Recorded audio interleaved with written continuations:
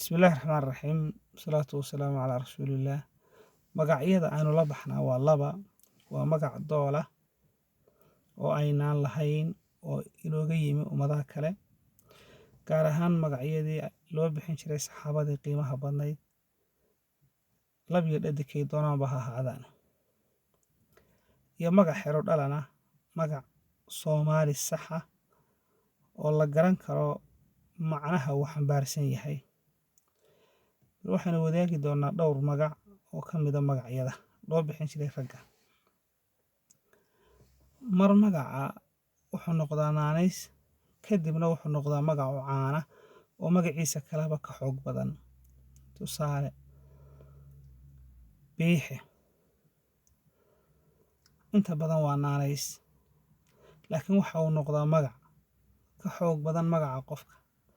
Biixi waxaa loo bixiyaa qofka lafaha waaweyn leh, gaar ahaan kuwa gacmaha.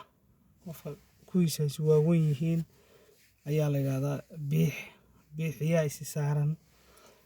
Haddii biixiyaa rabbigay ka isugu beego abaal bara, abaal bura, abaal buriya dheeraada, ninba kiisa kaan ugu bedeli beerka ka ogsooni.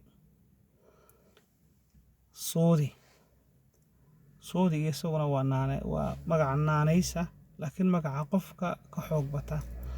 Suudi ilmuhu marka uu soo kaco ee dhowr sanadood u jiro, qofka diirdiiran ayaa loo bixiyaa Suudi.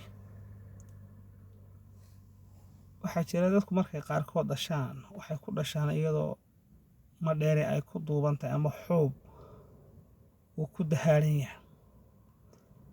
Waxaa dabeeto loo bixiyaa Boqorre, Cigaal iyo Shaqalle.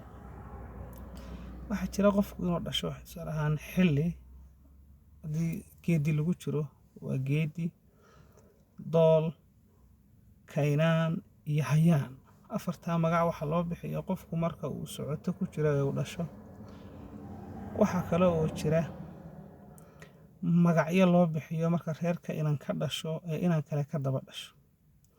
Inanka aala waxaa loo bixiyaa Beddel, Cawad